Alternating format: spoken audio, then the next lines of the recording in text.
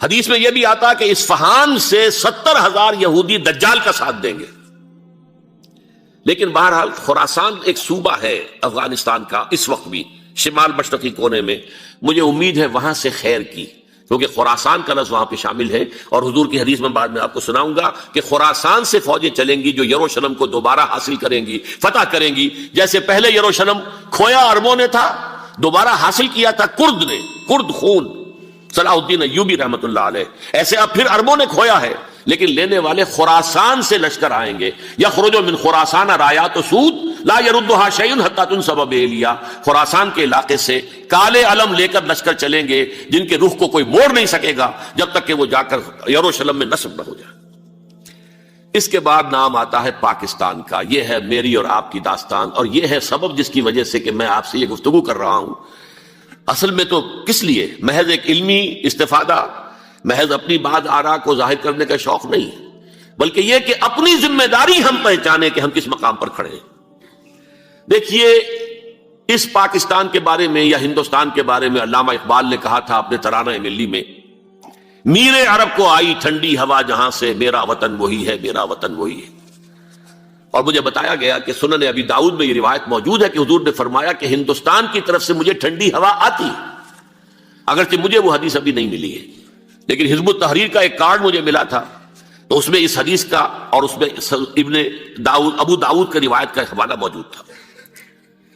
لیکن میں جو چیز آپ کو بتا چکا ہوں وہ یہ کہ الف ثانی کا پورا تجدیدی کارنامہ اس ہندوستان کی سرزمین میں ہوا. مجدد الف ثانی شیخ احمد سرندی، شاہ ولی اللہ دہلوی، سید احمد بریلوی، وہ تو ہمارے پاکستان میں آ کر جو ہے ان کا خون جذب ہوا ارض پاکستان میں. پھر شیخ الہند مولانا محمود حسن. تحریک خلافت چلی تو صرف ہندوستان میں چلی اور کہیں نہیں چلی. آزادی کی تحریک چلی پوری دنیا میں، وہ نیشنلزم کی بنیاد پر چلی، ملے نیشنلزم، عرب نیشنلزم، ترک نیشنلزم. ہمارے ہاں چلی تو اسلام کے نام پر. پاکستان کا مطلب کیا؟ لا الہ الا اللہ. پھر پاکستان قائم ہوا معجزے کے طور پر، بلکہ نازل ہوا ہے لیلۃ القدر میں. انا انزلناہ فی لیلۃ القدر، جیسے قرآن نازل ہوا ہے لیلۃ القدر میں، یہ پاکستان بھی نازل ہوا ہے لیلۃ القدر میں. اس کا برقرار رہنا ابھی تک معجزہ ہے. ہندو یہ سمجھتا تھا، کانگریس سمجھتی تھی کہ جھٹپٹ ختم ہو جائے گا. پھر یہ کہ اس کا قرارداد مقاصد کا پاس ہو جانا، مزید بھی اور اضافی دفعات دستور میں آ جانا، اب کمرشل انٹرسٹ کو ربا قرار دے کر حرام قرار دینا، یہ سارے لینڈ مارکس ہیں کہ جو اشارہ کر رہے ہیں کسی چیز کی طرف، معاملہ کدھر جا رہا ہے. پھر یہ کہ یہ جو 14ویں صدی کے مجدد تھے شیخ الہند، اس کے بعد سے کچھ ایسی شخصیتیں عظیم پیدا ہوئی ہیں ہند میں جن کو میں سمجھتا ہوں کہ 14ویں صدی کے مجدد اور 15ویں صدی کے مجدد کے درمیان یہ 15ویں صدی کے مجدد کی راہ کو سیدھا کرنے والے، جیسے کہ حضرت یحییٰ نے کہا تھا میں تو آنے والے کا راستہ سیدھا کر رہا ہوں حضرت عیسیٰ کے لیے، ایسے ہی 15ویں صدی کے لیے امام مہدی کے لیے راستہ صاف کرنے والے سب سے پہلے علامہ اقبال، جنہوں نے اسلام کا تصور دین کی حیثیت سے دوبارہ زندہ کیا ہے، ورنہ اسلام ایک مذہب کی شکل اختیار کر چکا تھا. پھر مولانا مودودی، مولانا ابوالکلام آزاد حکومت الہیہ کے نعرے کے ساتھ میدان میں آئے. یہ اقبال نے جو تصور پیش کیا تھا اس پر عملی جد و جہد کے لیے حزب اللہ قائم ہوئی. یہ نوٹ کر لیجئے 11 برس کا فرق ہے عمر کا علامہ اقبال کے اور ابوالکلام کے. اور 1913 میں جب حزب اللہ قائم کی ہے اس وقت علامہ اقبال کی ملی شاعری اپنے عروج کو پہنچ چکی تھی.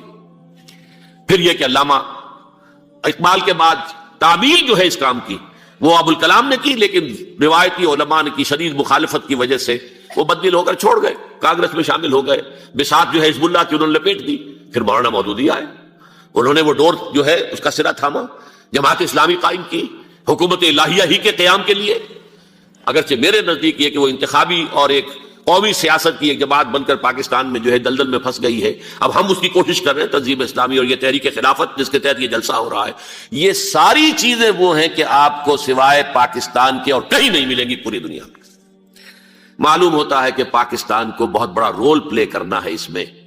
اور اس کے ساتھ اب جمع کر لیجئے افغانستان کی عمارت افغانستان، اسلامی عمارت افغانستان قائم ہو چکی ہے. یہ پچھلے 20 سالوں میں جو کچھ وہاں ہوتا رہا ہے اس سے پہلے تصور نہیں ہو سکتا تھا. علامہ اقبال کے فرزند بھی دیکھ کر آئے ہیں، تو اگرچہ وہ خود میں سمجھتا ہوں کہ خاصے انہیں آپ لبرل کہیں، آزاد خیال کہیں، لیکن اس درجے متاثر ہو کر آئے تھے کہ انہوں نے یہ کہا افغانستان میں جو میں نے حالات دیکھے ہیں کہ اگر 2-4 اور مسلمان ملکوں کے اندر یہ نظام قائم ہو جائے تو پوری دنیا مسلمان ہو جائے گی. یہ سب کچھ کیسے ہو رہا ہے؟ یہ آنے والے دور کی جھلکیاں ہیں. Coming events are casting their shadows before. یہ سب بتا رہے ہیں کہ پاکستان افغانستان کو مل کر اس میں کوئی عظیم رول پلے کرنا ہے. اور اس کے ضمن میں اب میں علامہ اقبال کے بارے میں آخری بات کہہ رہا ہوں. علامہ اقبال کے بارے میں عام یہ خیال ہے، انہوں نے اپنے خطبات میں مہدی کا اور نزول مسیح کا، حالانکہ میں کل پڑھ رہا تھا مولانا سعید احمد اکبر آبادی رحمۃ اللہ علیہ کا ایک مقالہ ان کا، کہ علامہ اقبال نے ابن خلدون کے بارے میں یہ کہا ہے کہ مہدی کا اور نزول عیسیٰ کا دونوں کا انہوں نے انکار کیا ہے. حالانکہ ابن خلدون نے نزول عیسیٰ کا انکار نہیں کیا، صرف مہدی کا انکار کیا ہے. بہرحال علامہ اقبال نے خطبات میں انکار کیا ہے. لیکن یہ کہ اپنی شاعری کے اندر میں چیلنج کرتا ہوں کسی بڑے سے بڑے اقبال شناس کو، ان کا یہ شعر ذرا سنیے. خضر وقت از خلوت دشت حجاز آید بروں، کارواں زی وادی دور و دراز آید بروں. خضر وقت، امام وقت، رہنمائے وقت، قائد وقت، خلوت دشت حجاز، حجاز کی صحرا کی کسی خلوت گزینی سے نکل کر باہر آئیں گے. میں حیران ہوتا ہوں علامہ کے اس فکر پر اور اس مصرے پر. یہاں انہوں نے شیعہ اور سنی دونوں کے کانسیپٹ جمع کر دیے. شیعہ کا کانسیپٹ یہ چھپے ہوئے کسی غار میں وہاں سے برآمد ہوں گے، اور ہمارا کانسیپٹ میں ام سلمہ رضی اللہ تعالیٰ عنہ کی حدیث سنا چکا، چھپے ہوئے ہوں گے وہ وہاں پر، مدینے سے نکل کر آ کر مکے میں چھپ جائیں گے. اس خانہ جنگی کی حالت میں لوگ ان کی طرف دیکھ رہے ہوں گے، سوچتے ہوں گے انہیں میدان میں آنا چاہیے، کوئی پارٹ پلے کرنا چاہیے، امت کی کوئی رہنمائی کرنی چاہیے. لیکن وہ چھپیں گے، وہ کارے ہوں گے، وہ اس ذمہ داری کو قبول نہیں کرنا چاہیں گے، جا کے چھپ جائیں گے مکے میں. وہاں سے مکے والے انہیں نکالیں گے، اور وہ کارے ہوں گے، انہیں بالکل یہ پسند نہیں ہوگا کہ یہ ذمہ داری اٹھائیں. تو خضر وقت از خلوت دشت حجاز آیت بروں، کارواں زی وادی دور و دراز آیت بروں. کارواں جو چلے گا ان کی مدد کے لیے اس وادی دور و دراز، اس عظیم وادی دور و دراز، یہ وادی سندھ ہے. وادی سندھ جو ہے ہم سمجھتے ہیں کہ صرف یہ پاکستان اور پنجاب جو ہے یہ اس میں شامل ہے، سندھ اور پنجاب نہیں، افغانستان کا پورا مشرقی علاقہ اس میں شامل ہے. جیسے دریائے جہلم سندھ میں جا رہا ہے، جیسے دریائے گلگت سندھ میں آ کر ملتا ہے، جیسے دریائے چناب اور راوی اور جہلم اور یہ سب جا رہے ہیں اور آ رہے ہیں، اسی طرح دریائے کابل کہاں سے آ رہا ہے، دریائے گومل کہاں سے آ رہا ہے، ٹوچی کہاں سے آ رہا ہے. یہ سارا جو ہے ڈرین جو ہو رہا ہے، ایسٹرن جو ہے پارٹ آف افغانستان، یہ سب وادی ہے. اس وادی کے یہ دو حصے ہیں، ایک حصہ جو ہے یہ ادھر پاکستان میں ہے، اور اسی وادی کا دوسرا حصہ جو ہے وہ افغانستان میں ہے. کارواں زی وادی دور و دراز آیت بروں، کارواں چلے گا یہاں سے. یخرج ناس من المشرق یؤتون للمہدی یعنی سلطان ہی، مشرق سے فوجیں چلیں گی کہ جو مہدی کی حکومت قائم کریں گی. اور یخرج من خراسان رایات و سود، اور خراسان سے سیاہ پرچم چلیں گے کہ جن کا رخ کوئی موڑ نہیں سکے گا، حتیٰ تنصب بیلیا، یہاں تک کہ وہ جا کر یروشلم کے اندر نصب ہو جائیں گے. حضرات، میں ایک میری گفتگو کا حصہ باقی تھا لیکن میں اسے چھوڑ رہا ہوں، اس لیے کہ گلوبلائزیشن جو اس کی ہوگی، جو خلافت علی منہاج النبوہ کی تجدید کامل حضرت مہدی کے ہاتھوں عرب میں ہوگی، اس سے پہلے اس کے لیے محنت، کوشش، جد و جہد پاکستان اور افغانستان میں ہو چکی ہوگی جو اسے سپورٹ کرے گی اور وہاں جا کر حکومت قائم کرے گی. اس کے بعد گلوبلائزیشن کا جو مرحلہ اس کا ہے وہ حضرت مہدی کے ہاتھوں نہیں ہے، وہ حضرت عیسیٰ ابن مریم ان کے نزول کے بعد ہے، جن کے نزول کے بعد دجال کا خاتمہ ہوگا اور یہودیوں کا استحصال ہوگا. مسلمانوں پر بھی بڑی تکالیف اربوں پر آئیں گی، شدائد آئیں گے، لیکن یہ وہ میں حصہ ملتوی رکھتا ہوں کسی دوسری محفل ہو، کسی دوسری مجلس اور نشست پر. اب میں آپ کو ذرا اس جو انسانوں میں سے انسان دشمنی کا جن کا سب سے بڑا رول ہے، میں ان کی 2000 سالہ تاریخ کا آپ کے سامنے نقشہ رکھنا چاہتا ہوں. ان 1400 سال کا تو میں نے صرف 4 آپ کو پوائنٹس بتائے. موسیٰ سے عیسیٰ تک 1400 برس علیہ الصلوۃ والسلام، 2 مرتبہ عروج، 2 مرتبہ زوال، اشیریوں کے ہاتھوں پٹوائی، بابلیوں کے ہاتھوں پٹانا، گریکس کے ہاتھوں مرمت، رومنس کے ہاتھوں مرمت. یہ جو 2000 سال ہیں، کیونکہ اب تو ظاہر بات ہے 21ویں صدی شروع ہو گئی، 20 صدیاں حضرت مسیح کو پوری ہو گئی. پہلی بات نوٹ کیجئے، حضرت مسیح کی پیدائش ہے سن 1 قبل مسیح. یہ نقطہ آپ نے کبھی سنا ہے یا نہیں؟ جب ملینیم کا سلسلہ شروع ہوا تھا پچھلے سال تو میں نے بیان کر دیا تھا کہ ایک عجیب حساب کے اندر انہوں نے غلطی کی ہوئی ہے. حضرت مسیح کی پیدائش ہوئی 25 دسمبر کو، سن انہوں نے شروع کر دیا، اس کے بعد جنوری آئی تو پہلا سال شروع ہو گیا. اگر جنوری سے پہلا سال شروع ہوا تو یہ 6 دن جو ہے تو اس کے پچھلے سال میں تھے، لہذا کہا جائے گا کہ Jesus Christ was born 1 year before Christ BC. تو ایک قبل مسیح میں حضرت مسیح کی پیدائش ہوئی. یہ آخری اسرائیلی نبی اور رسول. یہودی علماء کی مخالفت، دشمنی، سولی پر چڑھوا دینا میں بیان کر چکا ہوں. سن 33 عیسوی میں جبکہ حضرت مسیح کی عمر 33 برس تھی، اللہ تعالیٰ نے انہیں زندہ آسمان پر اٹھا لیا. لیکن یہودیوں نے اپنے خیال کے مطابق انہیں سولی پر چڑھوا دیا، ان کی موت واقع ہو گئی. اگرچہ اس کے بعد یہ اختلاف ہے ان میں. یہودی کہتے ہیں وہ سولی پر چڑھ گیا، ختم ہوا، مر گیا. عیسائی کہتے ہیں نہیں، انتقال ہوا ہے مسیح کا صلیب پر، لیکن پھر وہ دوبارہ زندہ ہو گئے ہیں. ان کی لاش ایک غار میں رکھ دی گئی تھی، وہاں ریزریکشن ہو گیا، ان کا باعث بعد الموت وہی ہو گیا، اور پھر انہیں اللہ نے زندہ آسمان پر اٹھا لیا. تو ہمارے اور عیسائیوں کے درمیان نوٹ کر لیجئے، یہ چیز مشترک ہے کہ حضرت مسیح آسمان پر زندہ اٹھائے گئے. فرق کیا ہے؟ وہ سمجھتے ہیں کہ سولی دیے گئے، سولی پر مرے، پھر زندہ ہوئے، پھر گئے. ہم سمجھتے ہیں کہ نہیں، وما صلبوہ وما قتلوہ، انہوں نے نہ صلیب دے سکے انہیں اور نہ انہیں قتل کر سکے، بل رفع اللہ الیہ، اللہ نے اٹھا لیا. پھر ہمارا اور یہ اس کا عیسائیوں کا ایک اور اتفاق ہے، سیکنڈ کمنگ آف جیسس، حضرت مسیح دوبارہ آئیں گے. یہ عیسائیوں کا بھی عقیدہ ہے اور ہمارا بھی. بہرحال تو جیسا کہ میں نے عرض کیا کہ اس وقت یہ عذاب استیصال، عذاب اکبر کے مستحق ہو چکے تھے، لیکن اللہ نے ان کی مدت دراز کی ہے. لیکن ان پر دنیاوی عذاب کا ایک کوڑا جو ہے اللہ تعالی کی طرف سے اسی وقت برسا. دنیاوی عذاب دنیا میں رہتے ہوئے ختم نہیں کیا. 37 برس بعد حضرت مسیح کے رفع سماوی کے 37 برس بعد سن 70 میں یہودیوں نے بغاوت کی رومیوں کے خلاف. رومی ٹائٹس جنرل تھا ایک، اس نے پھر جو حملہ کیا ہے، 1,33,000 یہودی ایک دن میں قتل کیا یروشلم نے، اور ہیکل سلیمانی گرا دیا. وہ ہیکل پہلے بھی گرا تھا، پہلے 1400 سال کے دوران میں بھی نبوکدنضر نے گرایا تھا، لیکن پھر اس کے 150 سال بعد انہوں نے دوبارہ بنا لیا تھا، اس لیے وہ اسے سیکنڈ ٹیمپل کہتے ہیں. پہلا ٹیمپل جو حضرت سلیمان نے بنایا تھا، نبوکدنضر نے گرا دیا 587 قبل مسیح میں، پھر دوبارہ انہوں نے 150 سال کے بعد بنا لیا. وہ اس تاریخ کا حصہ ہے، میں نے جس کے بارے میں آپ کو تفصیل نہیں بتائی. اس میں یہ ہوا سن 70 میں وہ گرا دیا گیا، وہ آج تک گرا پڑا ہوا ہے. نمبر 2، یہ کہہ دیا گیا کہ یہودیوں اس ارض فلسطین سے نکل جاؤ، تم یہاں نہیں رہ سکتے اب. لہذا جس کا جہاں سینگ سمایا چلا گیا. یورپ میں چلے گئے، ایشیا میں آ گئے، عرب میں آ گئے. یہ 3 قبیلے جو رات بھی میں نے عرض کیا تھا، بنو قینقاع، بنو نذیر اور بنو قریظہ، یہ وہاں سے آ کے مدینے میں آباد ہو گئے. جس کا جہاں سینگ سمایا، افریقہ میں، ہندوستان میں، جہاں چلے گئے. ڈایاسپورا اسے کہتے ہیں، وہ آپ نوٹ کر لیجیے اس لفظ ڈایاسپورا. ہمارا دور انتشار، جبکہ ہمیں ہماری اصل سرزمین تو فلسطین ہے، حضرت ابراہیم کا مسکن، حضرت اسحاق، حضرت یعقوب کا مسکن فلسطین، یہ ہے ہماری اصل جاگیر، یہ تو ہماری جدی پشتی جاگیر ہے. لیکن یہاں سے نکال دیے گئے سن 70 عیسوی میں، اور وہاں سے لے کے 1917 تک ان کا ڈایاسپورا جاری رہا. یہ دور انتشار.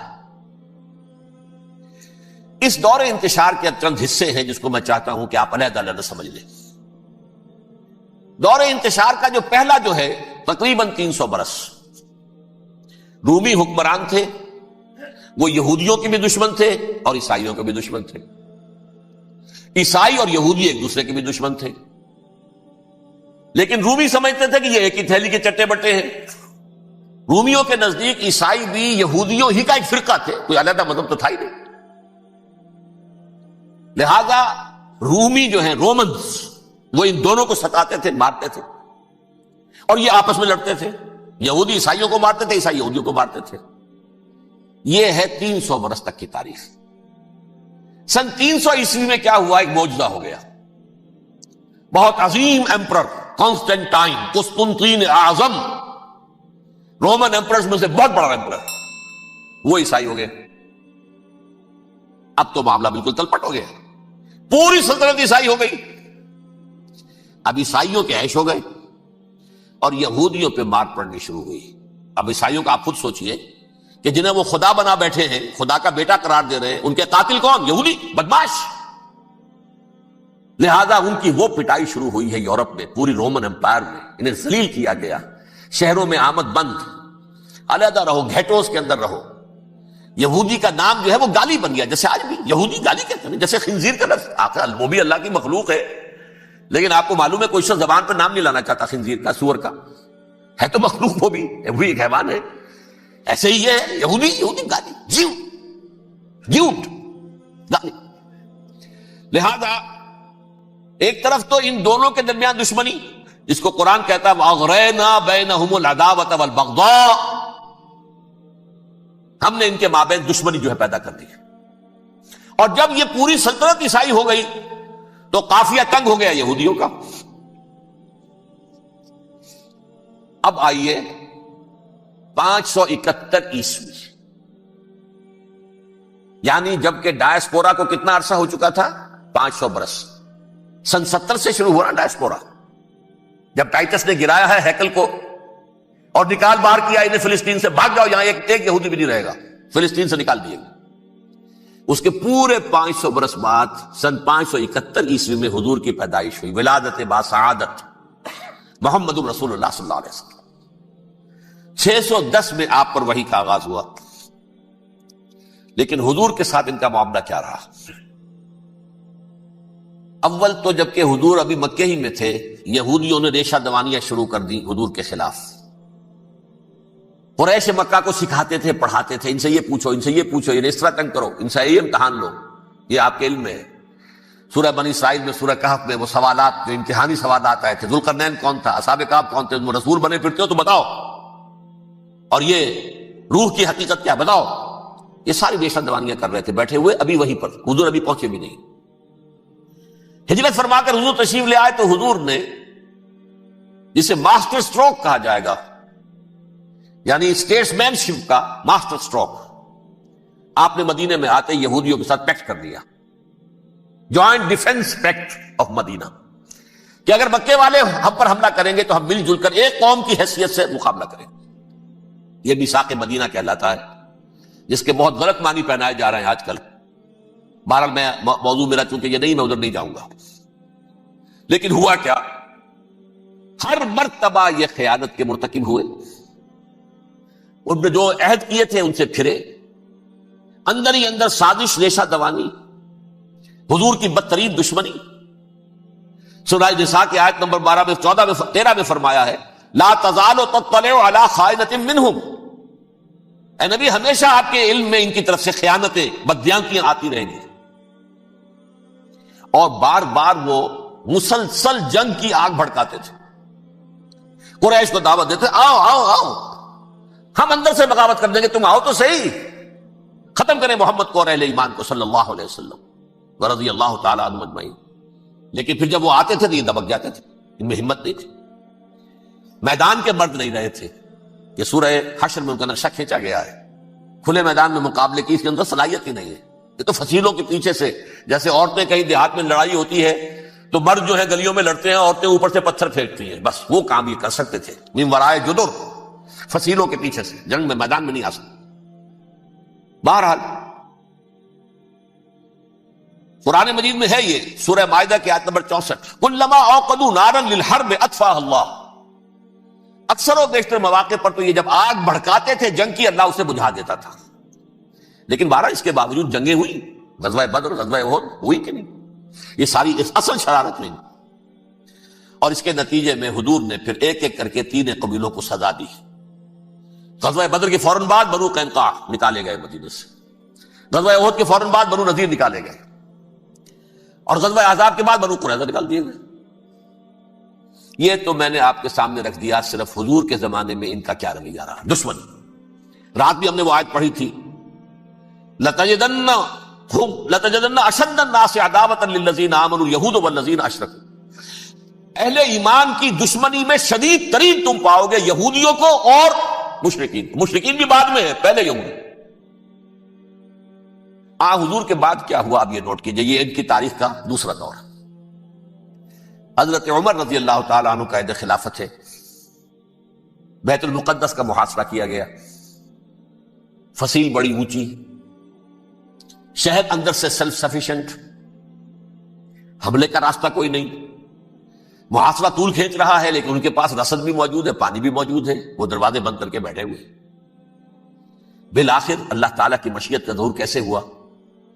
ان کے کچھ علماء آئے فصیل پر، کہا دیکھو مسلمانوں، تم قیامت تک بھی یہاں پڑے رہو گے محاصرہ کر کے، ہمارا یہ شہر فتح نہیں ہوگا۔ ہاں، ایک درویش بادشاہ کے ہاتھوں یہ شہر فتح ہونا ہے، لیکن تمہارے اندر ہمیں وہ نظر نہیں آ رہا۔